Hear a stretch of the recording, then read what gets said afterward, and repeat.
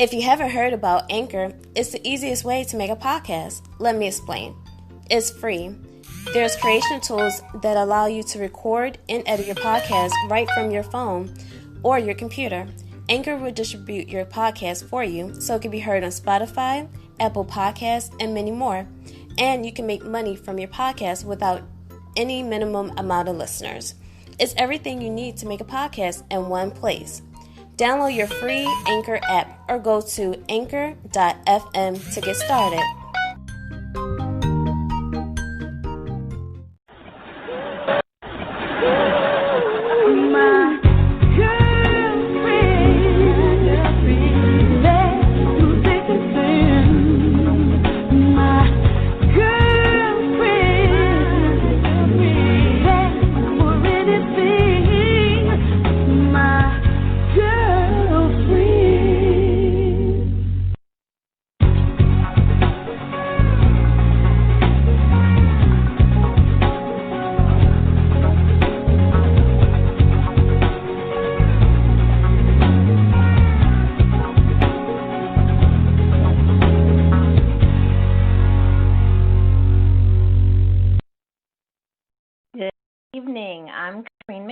Also known as Kay, and I am hosting the call tonight for Real Friends Across America. We are a company that has a foundation and mission to build lifelong friendships with women across the globe. We will be bringing you hot topics each night, and we are always on the lookout for new topics. Follow us on Facebook at Real Girlfriends Across America and head to our website, realgirlfriends.org. Now, tonight, I have on the call with me Corinne Tawanda and a host of other girlfriends. And tonight we have with us contributing author for Real Girlfriends of America, Stephanie August. Will you please introduce yourself to us and tell us a little bit about yourself before we get started? I certainly will, and thank you very much for having me on your podcast this evening. Hello, girlfriends across America and throughout the globe. My name is Stephanie August. I am an author and musician and have been writing for many years and found a link to Real Girlfriends Across America, and here I am this evening speaking with you. I'm very happy to do so. That's wonderful. So we're going to get started, and I just want to ask you a couple questions, and then we'll also open up the floor for the other girlfriends on the line to ask questions as well. And so why don't you tell us, when did you first decide to start writing? I started writing professionally in 2008 as a means of supporting myself when I became disabled and had to quit my serious endeavors in music. And I taught myself how to write and edit academic papers for students as a means of making some money as I waited for my disability income to be approved. So that's when I started writing professionally.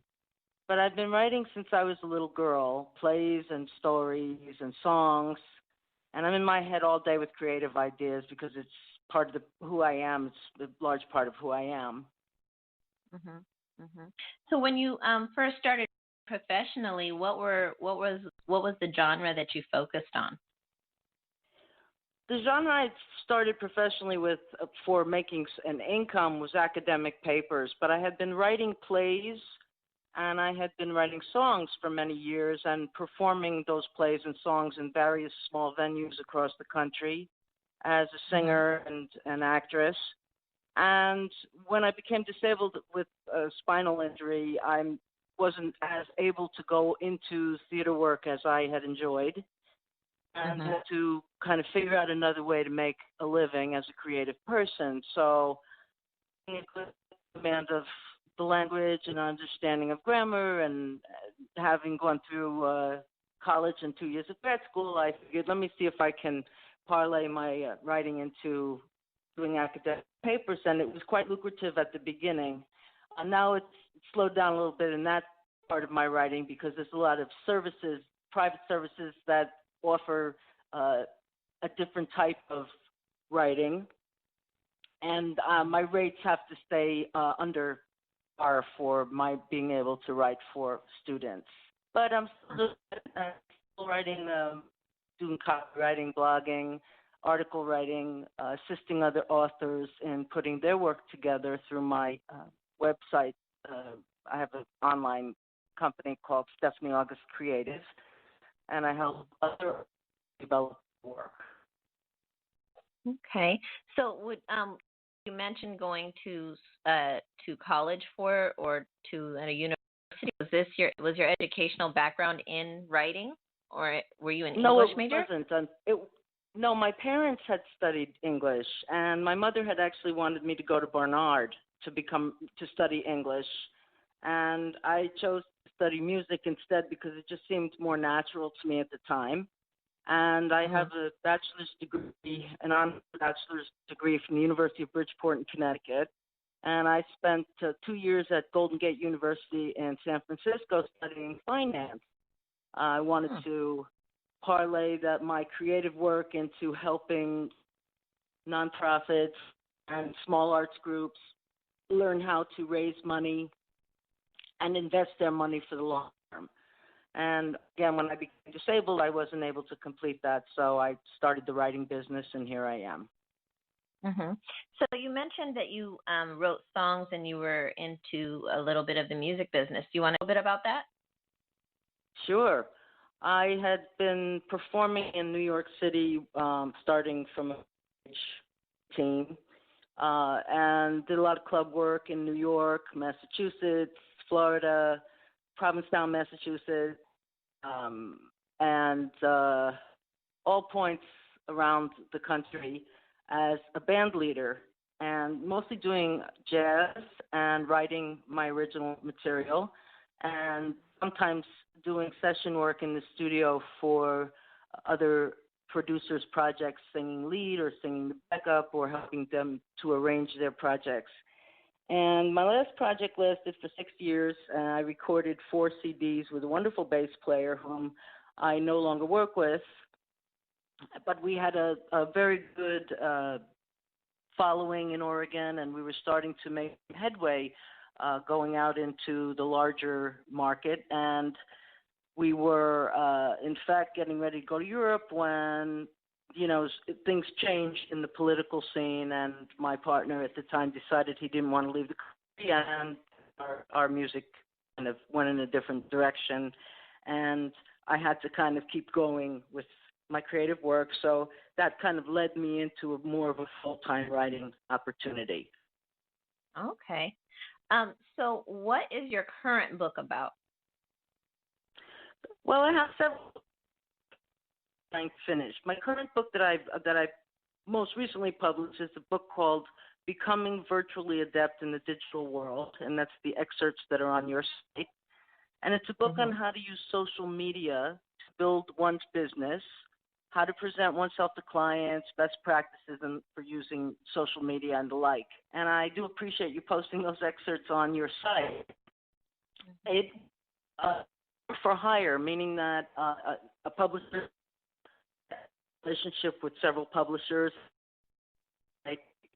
This particular book, once I wrote it, was sold to another publishing company, and they allowed me to keep my name on it as the artist. Have most. Actually, my first published work by a publishing company versus a self-published piece. This was exciting for me, and a good place for me to be in my career of 2008. It's 2020, so in many years of trying to get my work out there and finding the right people to work with, and I'm grateful that I've had the opportunities to date that I've had. What is your next project? I am attempting to complete part 2 of a novel, and it's called Cats, K-A-T-Z, Against Pavlov. It's kind of a turn of phrase. It's about a wealthy banker who realizes he doesn't want to be part of the 1% elite. And he meets a homeless man, and they travel the country together on foot. And seeing how the American class system has left many people live on the edge, the banker realizes that he must give his wealth away in order to free himself of the trappings of his life. And in doing so, he becomes a more authentic person and the person he's truly supposed to become. What friendship. started the idea? What started the idea for this book? I've been an advocate for homeless people for many years. And when I was a teenager in New York in the mid 70s. A lot of men and women were coming back from Vietnam, and they were unfortunately left behind by the system. And I discovered that it was part of my nature to go out and try to find resources for people living on the street, particularly men, soldiers who had, no support at that time from people who didn't really understand what Vietnam was about. And then I had worked on Wall Street briefly for a company as a receptionist, and I wanted to work in finance and not really getting to it until I was age 50. I thought that it would be a compelling look at how we have, and continue to in America particularly, forget about people who serve our country and forget about the middle class and forget about the lower middle class and the poor. We continually are moving on an upward trajectory to have more, where many people have less. So this was part of the reason I felt compelled to write this novel. And I like the turn of phrase, cats against Pavlov. The main character's name is Charles Darwin Katz. And just the thinking about, we are a country and how we use money as a tool for money has become so inaccessible to so many people that I wanted to write about someone who was middle class, had made his rise to wealth and fame, was about to, get it all, and then decides it's not worth it because there are more important things in life than money. So that's what really influenced the project. Okay.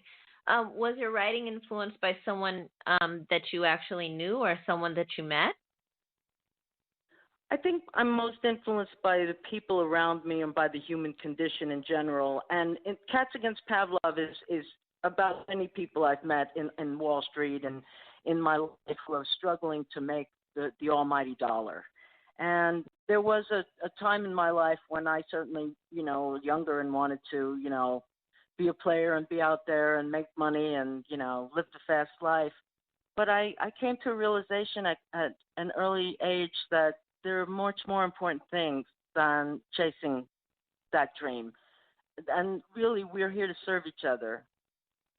And I felt the best way I could serve at this point in my life, nearing 60, is that I could work about the condition, the human condition, and because there are so many stories worth telling. And I wish I could go to war camps and write the stories of those who have lost everything to war, especially children.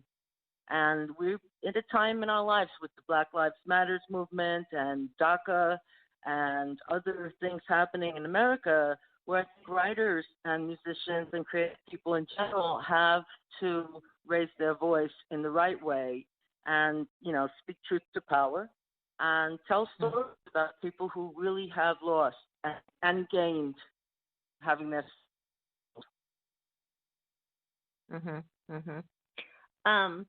So when you talk about writing and actually getting the writing done, I know so many authors and so many writers, including myself, sometimes find it difficult to just make the space of time if there are things that are blocking their schedule.